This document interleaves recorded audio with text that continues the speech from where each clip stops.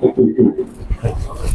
Atas nama keluarga yang berduka, keluarga besar almarhum Bapak Jabir Barakati, menyampaikan ucapan terima kasih yang sebesar-besarnya kepada hadirin Bapak Ibu sekalian yang telah hadir dalam panggilan malam ketujuh malam hari ini.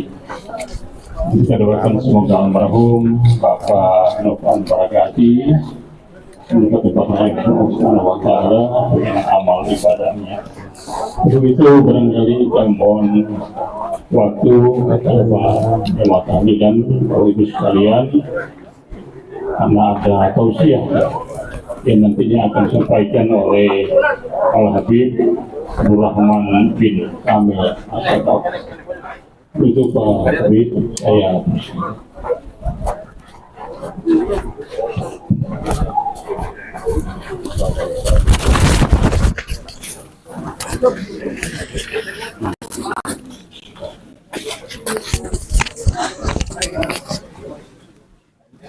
ya tahu.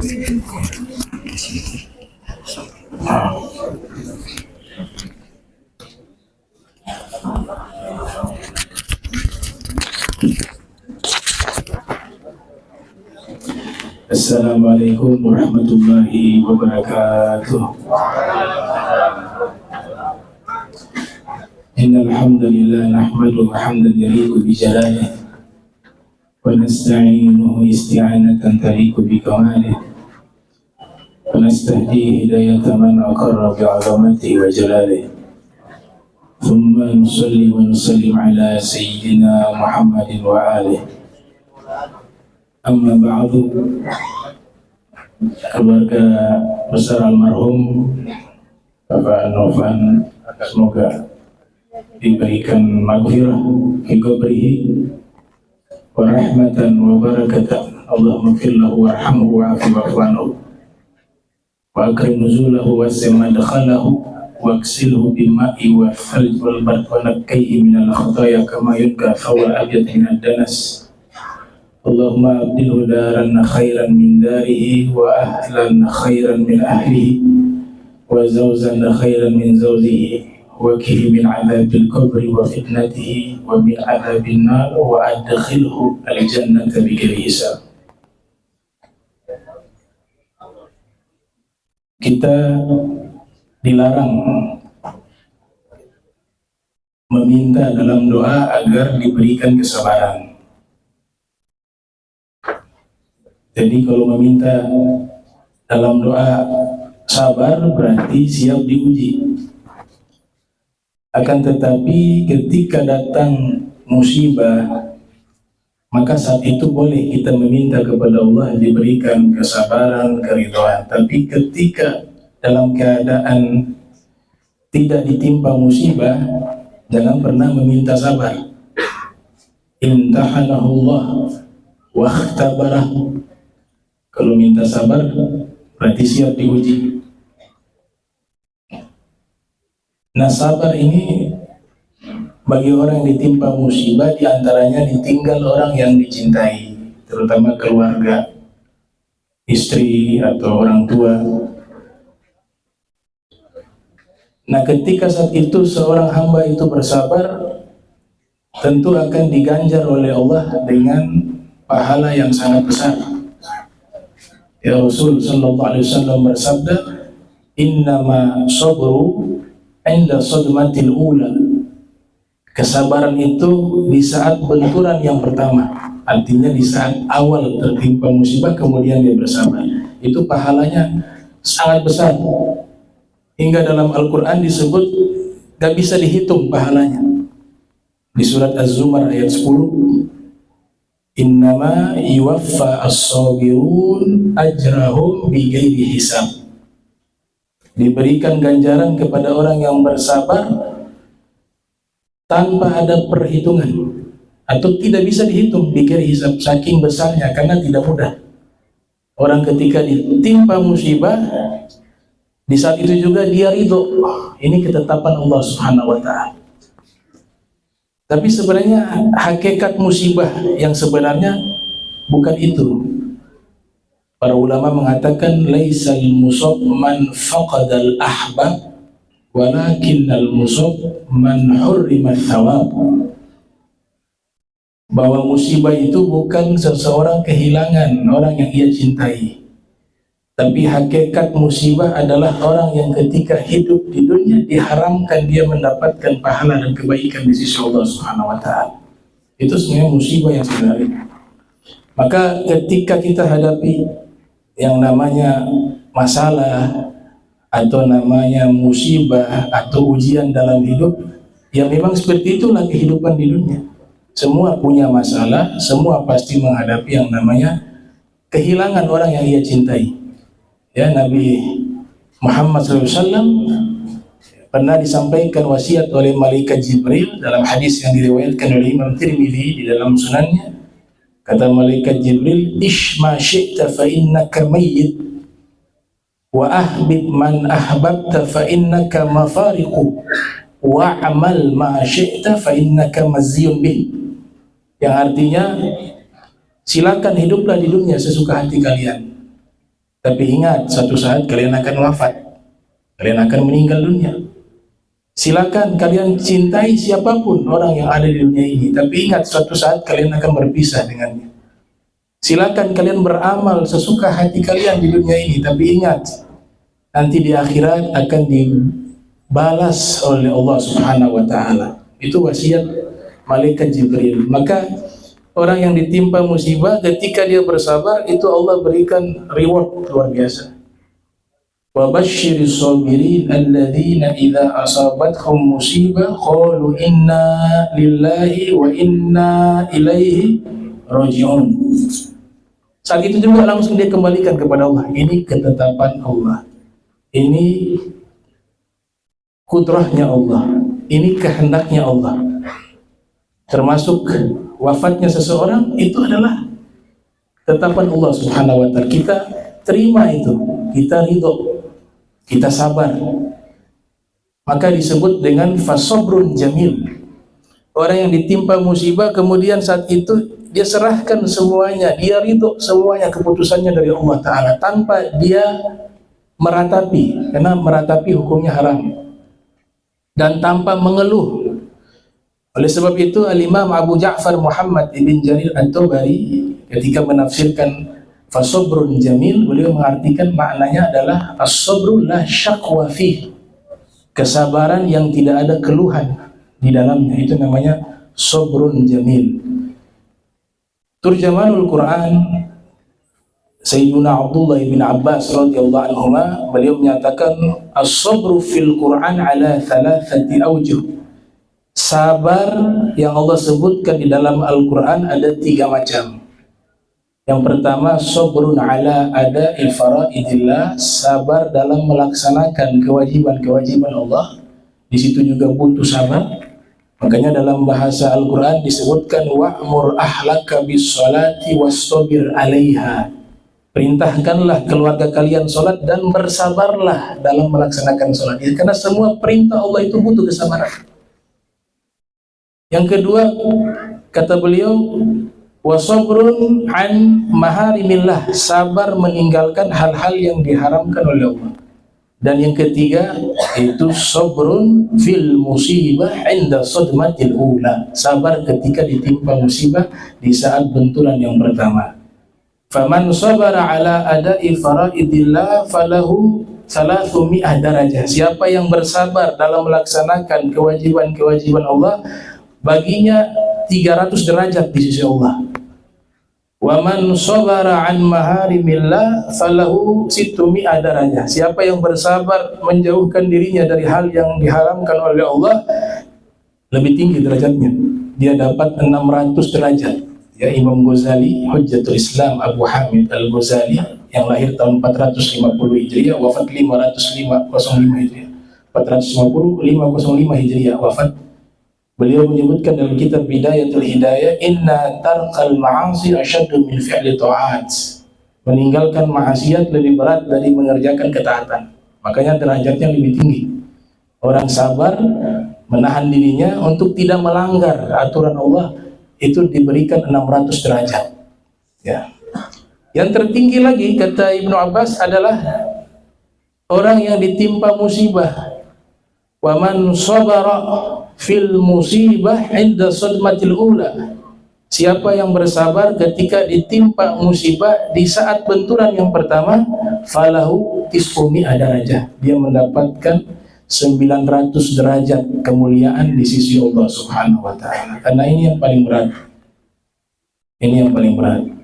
Alhamdulillah saat ini almarhum membutuhkan doanya, keluarganya, doanya, kerabatnya, doanya, saudaranya yang muslim. Orang yang wafat itu tidak butuh yang lain kecuali hanya satu, butuh kiriman pahala dan doa. Siapa bilang bahwa zikir kita yang kita bacakan tidak memberikan manfaat kepada orang yang wafat? Bukankah di dalam hadis yang sahih diriwayatkan oleh Imam Al-Bukhari yang lahir tahun 194 wafat 256 Hijriah, juga diriwayatkan oleh Imam Muslim di dalam sahihnya yang dilahirkan tahun 204 Hijriah wafat 261 Hijriah, dari sahabat Abdullah bin Abbas radhiyallahu anhu mengatakan, marran Nabi sallallahu alaihi wasallam bi kubrain. Nabi pernah melewati dua kuburan. Kemudian Nabi diberikan keistimewaan bisa melihat alam barzakh, bisa melihat alam kubur.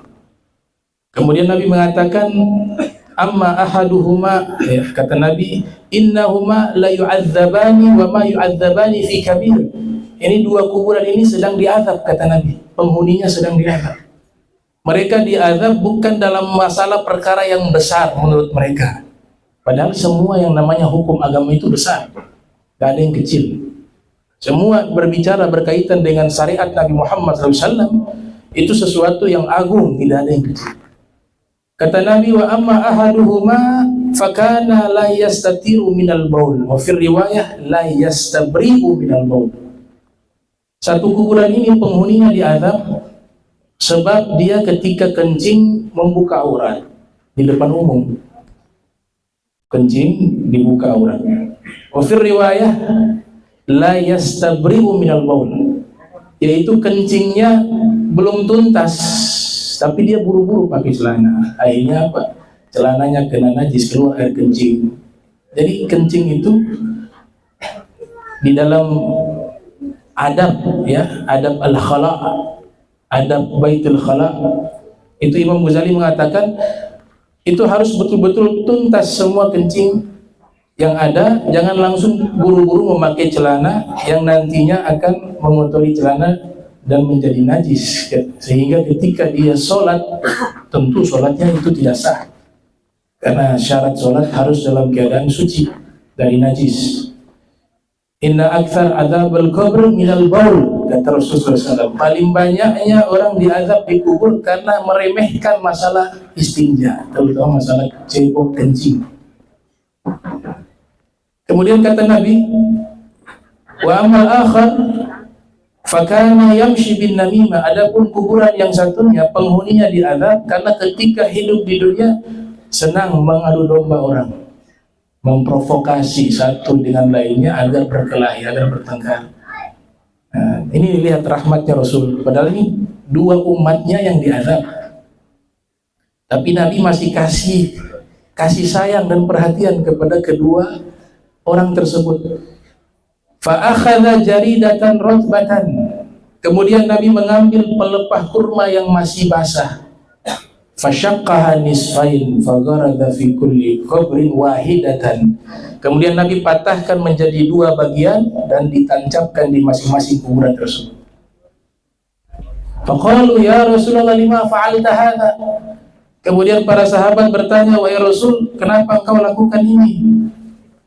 Qala Nabi sallallahu alaihi wa alihi wasallam la'allahu yukhaffifu anhuma ma lam yaibasa. Semoga diringankan azab kedua orang tersebut selama pelepah kurma ini masih basah dan belum kering. Makanya kita lihat di kuburan kita taruh daun pandan, ya, itu tafaulan agar menghadirkan malaikat. Malaikat suka bau wangi. Ketika malaikat hadir, yastaghfiruna li ahli kubur. Malaikat mengistighfarkan ahli kubur. Makanya hukumnya haram kalau ada tanaman dicabut, kalau dirapikan boleh yang di kuburan itu. Karena selama dia masih hijau, selama itu pula dia beristighfar kepada penghuni kubur. Makanya Nabi katakan, saya berharap dengan pelepah kurma ini diringankan azabnya kedua orang tersebut selama dia belum kering. Nah, ini ilmu dari Nabi kita Muhammad SAW. Makanya Imam Nawawi yang lahir 631 Hijriah, wafat 676 Hijriah, di dalam kitab beliau Syarah Muslim, beliau mengatakan istahabbal ulama'u qira'atal Qur'ani 'indal qabri. Lihadzal hadits, para ulama menganjurkan membaca Al-Qur'an di samping kuburan. Tujuannya apa? Agar pahala bacaan Al-Qur'an ini tersampaikan kepada penghuni kubur. Lihadzal hadits, dalilnya adalah hadis ini, kata Imam Nawawi. Li'annahu kana yurja at-takhfif. Li'annahu kana yurja at-takhfif bi tasbihil jarid fatilawah Al-Qur'an aula. Karena pelepah kurma saja Nabi mengatakan dengan sebab pelepah kurma, tasbihnya pelepah kurma, penghuni kuburnya diringankan azabnya. Maka membaca Al-Qur'an jauh lebih afdal daripada itu. Ini dalil dari para ulama terdahulu yang diamalkan oleh orang-orang tua kita, khususnya di Ternate. Semua memberikan manfaat. Nah, maka Al-Imam Suyuti mengatakan, yang lahir tahun 849, wafat 911 Hijriah, dalam kitab Syarhus Sudur, beliau nukil ucapan dari ulama bernama Sufyan ibn Uyainah, menyatakan al-amwatu ahwaj ila du'a minal ahya ila ta'am wasyarab. Orang-orang yang sudah meninggal dunia sangat butuh kepada doa kaum muslimin yang hidup di dunia, melebihi orang yang hidup butuh kepada makanan dan minuman. Khitaman terakhir saya tutup, ada beberapa amalan yang nanti bisa memberikan kebaikan setelah kita meninggal dunia. Ini sudah diriset, sudah diteliti, sudah diuji coba oleh seorang tokoh sufi bernama Imam Syakik Al-Balkhi. Ya, beliau mengatakan tolabna khamsan fawajadnaha fi khamsin. Kami mencari 5 hal, ternyata kami dapati di dalam 5 hal. Tolabna barakatal qut fawajadnaha fi sholati duha. Kami mencari keberkahan makanan. Makanan ini menjadi berkah, ternyata kami dapati adanya di sholat duha. Orang yang rajin sholat duha memberikan barokah terhadap makanan yang ia makan. Kemudian yang kedua, kata beliau, tolabna dia al-kubur fawajadnahu fi sholatil lail. Kami mencari lampu penerang kuburan, ternyata kami dapati adanya di sholat malam. Ya, sholat malam, kata Al-Habib Abdullah Al-Haddad, wa'alam anna man sholla ba'dal isya'i faqad aqama minal lail. Ketahuilah, siapa yang sholat sunnah selepas isya, maka dia sudah melaksanakan sholat malam. Jadi sholat malam itu adalah sholat sunnah yang dikerjakan selepas sholat isya, apapun bentuknya itu. Sholat tahajudkah, sholat witirkah itu, sholat tarawih atau sholat taubat bisa juga diadakan di waktu tersebut. Kemudian yang ketiga, kata beliau, tolabna jawab munkar wa nakir fawajadnahu fi qiraatil Qur'an. Kami mencari amalan yang bisa mempermudah kami menjawab pertanyaan malaikat munkar dan nakir di dalam kubur. Ternyata kami dapati ada di dalam qiraatil Qur'an, banyak membaca Al-Qur'an. Al-Qur'an itu nanti bisa berikan syafaat kepada orang yang senang membaca. Iqra'ul Qur'ana fa innahu ya'ti yaumal qiyamah syafi'an li ashabihi. Bacalah Al-Qur'an karena Al-Qur'an akan datang memberikan syafaat kepada orang yang senang membaca Al-Qur'an. Yang keempat, kata beliau, talabna uburas sirat fawajadnahu fi shaumi was sadaqah. Kami mencari amalan agar bisa mudah melintasi jembatan sirat yang akan dilintasi di akhirat nanti. Ternyata kami dapati ada di amalan puasa dan sedekah. Dan yang terakhir, tolabna zillal arsh fawajadnahu fil khalwah. kami mencari amalan agar di hari kiamat, di saat seluruh manusia kepanasan dengan matahari yang Allah dekatkan, tapi mereka mendapatkan naungan perlindungan Allah, naungan kesejukan dari Allah, ternyata kami dapati ada di amalan khalwah, menyendiri sambil berzikir. Itu nanti dapat naungan khusus di yaumil qiyamah. Ya, Allah lindungi kita, Allah berikan kesejukan di saat situasi saat itu sangat panas. Ini sesuai dengan hadis yang diriwayatkan oleh Abi Hurairah dari Imam Bukhari. Rasulullah sallallahu alaihi wasallam bersabda, sab'atun yuzilluhumullah fi zillihi yawma la dhilla illa dhilluh, al-imamul adil wasyabun nash'a fi ibadati rabbih wa rajulun qalbuhu mu'allaqun fil masajid wa rajulani tahabba fillah ijtama'a alayhi wa tafarraqa ilayhi wa rajulun da'at imra'atun dhatu mansibin wa jamalin faqala inni akhafullah wa rajulun tasaddaqa akhfa hatta la ta'lama shimaluhu ma tunfiqu yaminuhu wa rajulun dzakarallaha khaliyan fafadat aynah. Kata Nabi, ada 7 golongan yang Allah berikan naungan di hari kiamat. Di hari itu tidak ada naungan perlindungan kecuali naungan Allah. Yang pertama, pemimpin yang adil. Yang kedua, pemuda yang tumbuh dalam ketaatan kepada Allah. Yang ketiga, seorang laki-laki yang hatinya selalu terpaut dengan masjid, cinta masjid. Yang keempat, 2 orang yang saling mencintai karena Allah, berkumpul karena Allah dan berpisah juga karena Allah. Dan yang kelima, seorang laki-laki yang diajak berzina oleh wanita yang cantik dan punya jabatan, tapi dia mengatakan saya takut kepada Allah dan dia tinggalkan zina tersebut. Dan yang berikutnya adalah yang keenam, seorang yang bersedekah dengan tangan kanan tapi dia sembunyikan hingga tangan kiri pun tidak tahu. Dan yang ketujuh adalah seorang laki-laki yang mengingat Allah dalam keadaan sendiri, lalu dia meneteskan air mata karena mengingat Allah Ta'ala. Maka ini 7 golongan yang mendapatkan naungan khusus dari Allah Subhanahu wa Ta'ala. Mudah-mudahan kita termasuk dari golongan tersebut. Allahumma ja'alna minhum, Allahumma ja'alna minhum, Allahumma ja'alna minhum. Bismillahirrahmanirrahim. Alhamdulillahi rabbil alamin. Allahumma shalli wa sallim ala sayyidina Muhammad wa sayyidina Muhammad. Allahumma al-fatih lima uqlik wal khatim lima sabaq wa nasir haq bil haq wa hadi ila siratikal mustaqim wa ala alihi wa sahbihi haqqa qadrihi wa miqdaril azim.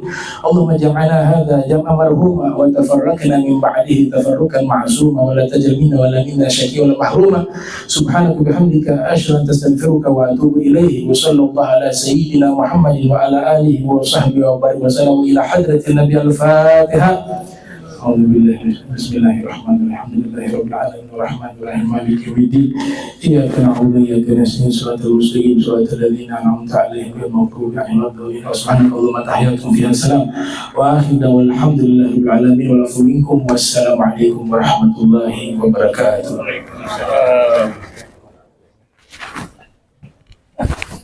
Alhamdulillah, kita sama-sama ikuti tausiah yang disampaikan oleh Habib Rahman. Dan maksudnya juga kami sampaikan terima kasih kepada Pak Imam dan Pak Ansarah Kampung Pisang ini yang mana melakukan tahlilan sejak malam pertama hingga malam ke-7. Kemudian mungkin ada hal yang kurang berkenaan, maka keluarga kami sampaikan mohon maaf ya sebesar-besarnya. Kemudian di hati kita sekalian suatu dunia hidangan Allah kadar disediakan oleh yang berhajat, merupakan rezeki dari Allah Subhanahu wa Ta'ala. Untuk itu kami serahkan kepada bapak ibu-ibu untuk menikmatinya. Kalau tidak salah 3 meja, 2 di depan ini dan 1 di dalam, supaya agak lancar tertib.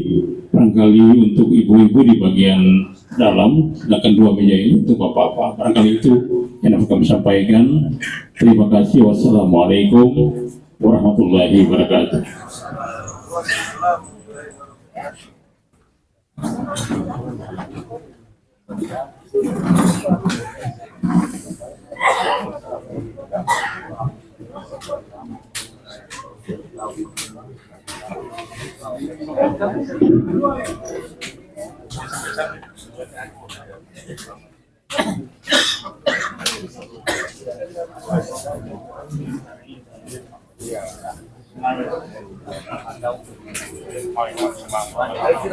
wassalamu ala Sayyidina Muhammad ibn Abdullah wa ala alihi wa sahbihi wa man walah, amma ba'd. Saya muliakan, saya hormati keluarga almarhumah Haji Bagio beserta keluarga beliau. Yang saya hormati Haji Tarno dan seluruh hadirin hadirat yang insyaallah dirahmati Allah Subhanahu wa taala. Alhamdulillah, tadi telah dibacakan surat Yasin diiringi dengan bacaan tahlil. Satu nikmat besar yang diajarkan oleh ulama-ulama kita terdahulu, terutama ulama-ulama NU yang senantiasa mentradisikan membaca surat Yasin, biasanya disebut Yasinan. Kenapa dipilih surat Yasin menjadi surat yang rutin dibaca paling minimal dalam sepekan sekali, malam Jumat? Begitu juga ketika ada yang meninggal. Ternyata memang apa yang diajarkan itu memang ajaran yang sudah diwariskan oleh para ulama-ulama terdahulu, yang kita yakin bahwa yang mereka lakukan itu bukan diada-adakan, akan tetapi itu adalah ajaran yang diajarkan oleh Nabi kita Muhammad SAW. Di dalam tafsir Ibn Katsir ada riwayat, man qara'a surat Yasin al-laila atau laila asbaha maghfuran lahu. Siapa yang membaca surat Yasin di malam hari, pagi harinya seluruh dosanya diampuni oleh Allah Ta'ala. Kemudian ada riwayat dari Imam Ibn Hibban, dan beliau mensahihkan riwayat ini. Nabi SAW bersabda, Iqra'u Yasin ala mautakum. Bacalah surat Yasin terhadap orang-orang wafat di antara kalian.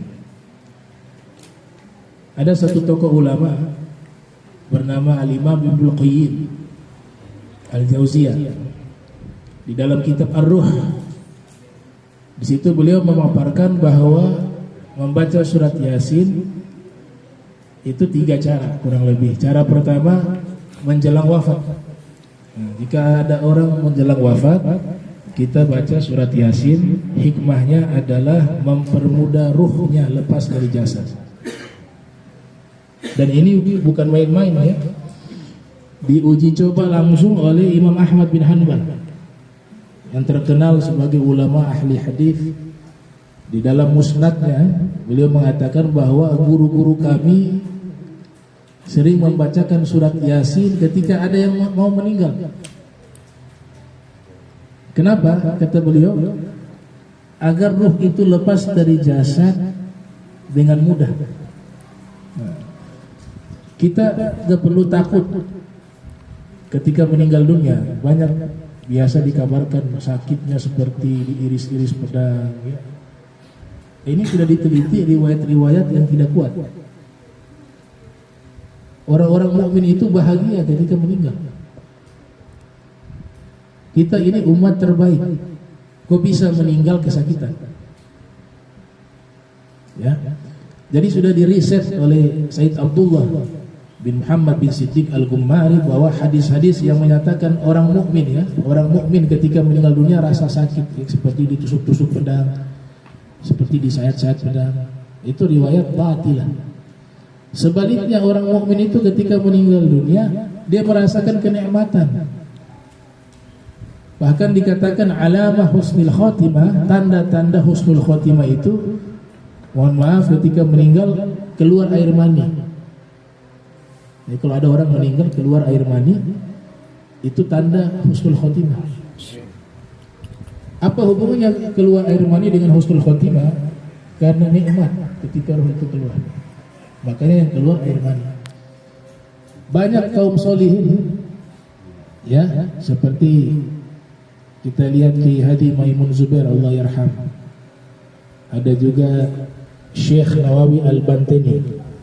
Itu ketika meninggal dunia wajahnya itu cerah, senyum. Kok bisa sakit diiringi dengan senyuman?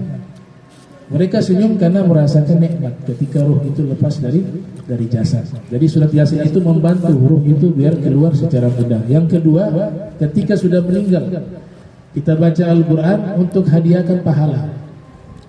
Pahala bacaan surat Yasin kepada almarhum.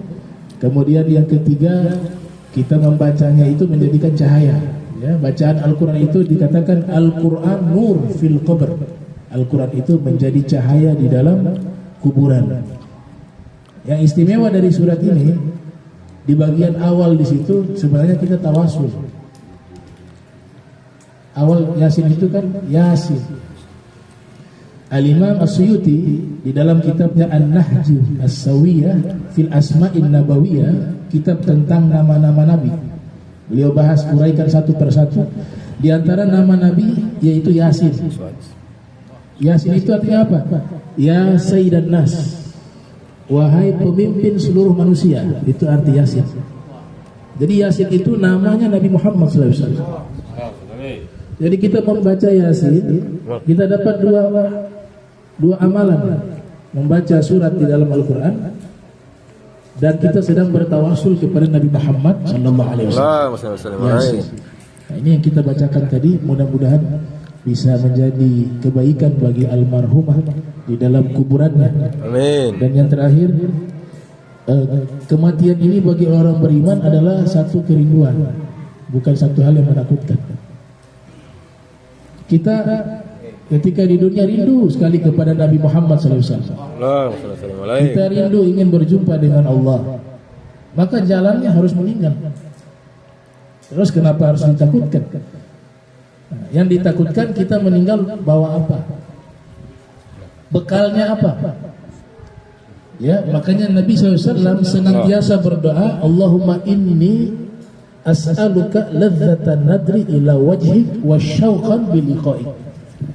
Ya Allah, aku meminta padamu kelezatan memandangmu dan rindu berjumpa denganmu. Man kana yarju liqa'a rabbih falyamal amalan sholihan wa la yusyrik bi ibadati rabbih ahada. Jadi kematian, Nabi mengatakan di dalam doa itu kelezatan.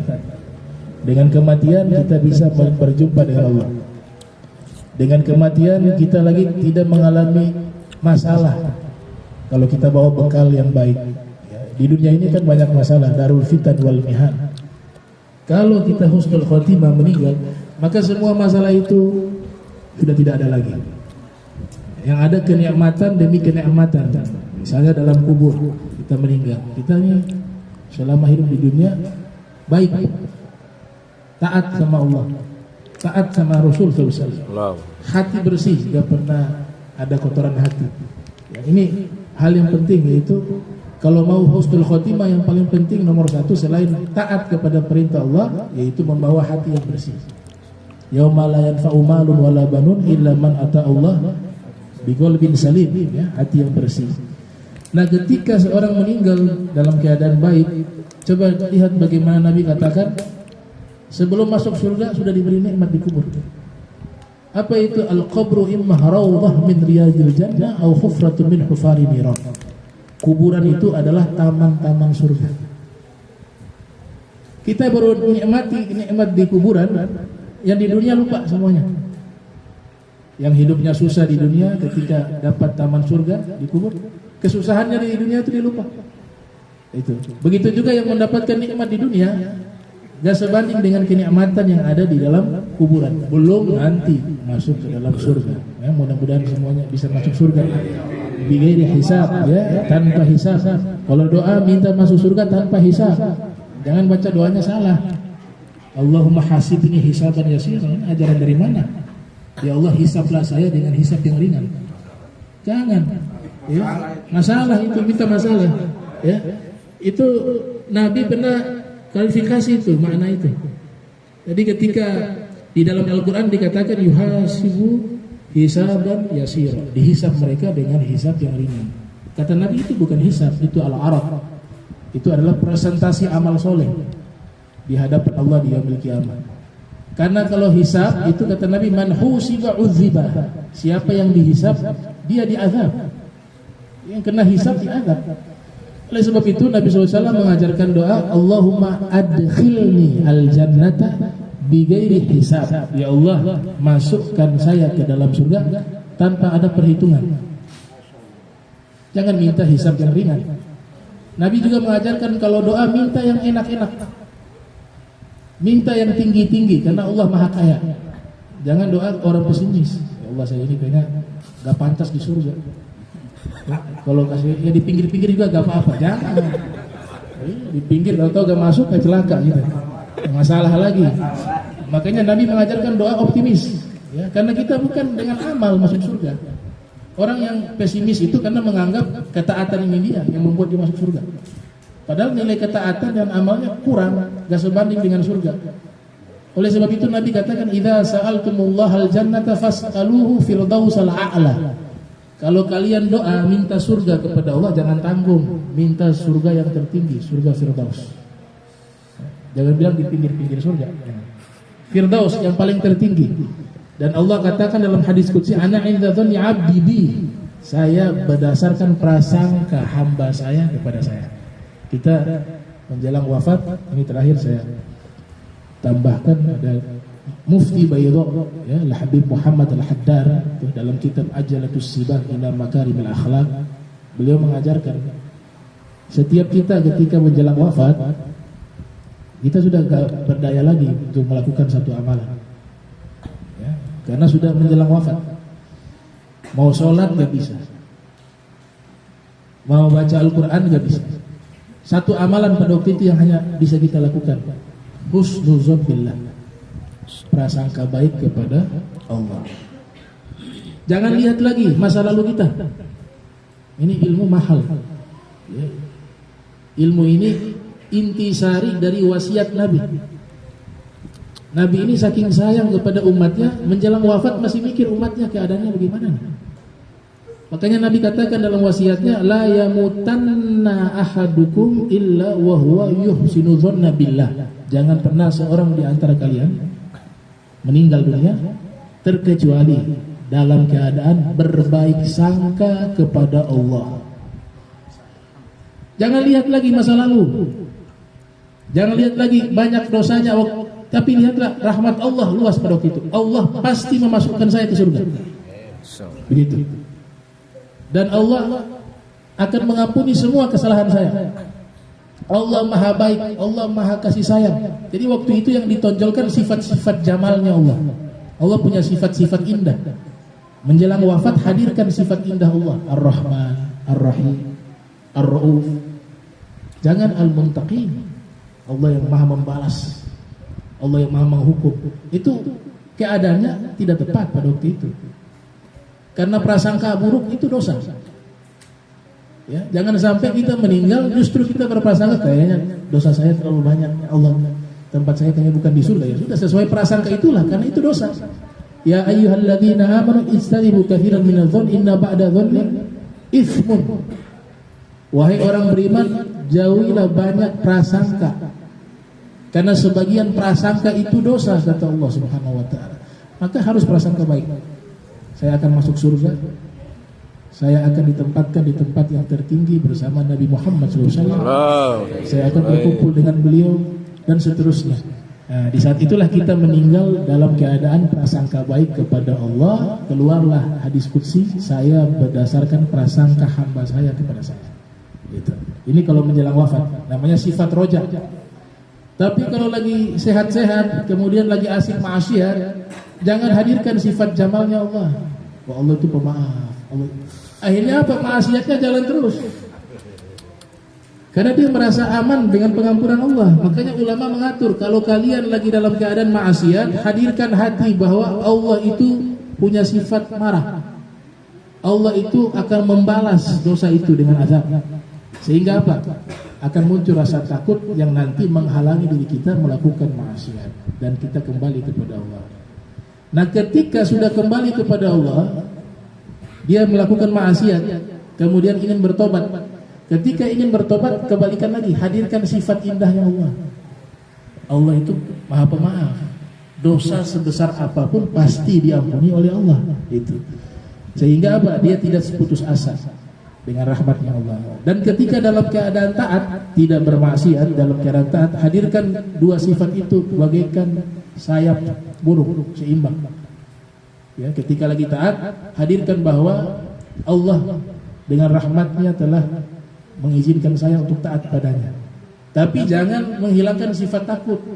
Ini amalan saya, kalau saya andalkan, saya banggakan, bisa ditolak oleh Allah. Untuk menghindari jadi bangga, jadi sombong terhadap amal soleh, akhirnya merasa dirinya baik sendiri, merasa suci. Fala tuzakki anfusakum, jangan kalian mensucikan diri kalian, kata Allah Ta'ala. Akhirnya sampai ke level gimana? Halakan nas. Di zaman sekarang semua manusia binasa. Kemudian Nabi katakan fa innahu ahlakahum. Nah, orang yang dalam hatinya terlintas bahwa saya ini orang yang paling baik, saya ini orang yang paling soleh, saya ini orang yang paling taat. Kata Nabi, dia adalah orang yang paling celaka. Kenapa? Karena semua amal ibadahnya hancur karena ada kotoran di hati. Sombong dengan amal, masalah lagi. Gitu. Ya, jadi itu ar-raja wal khauf, mudah-mudahan bermanfaat. Kurang lebihnya mohon maaf. Kita tutup dengan kafaratul majlis. Subhanaka bihamdika asyhadu an la astaghfiruka wa atubu ilaih. Sallallahu alaihi wasallam Muhammadin wa ala alihi wa sahbihi wasallam. Walhamdulillahirabbil alamin. Wassalamualaikum warahmatullahi wabarakatuh.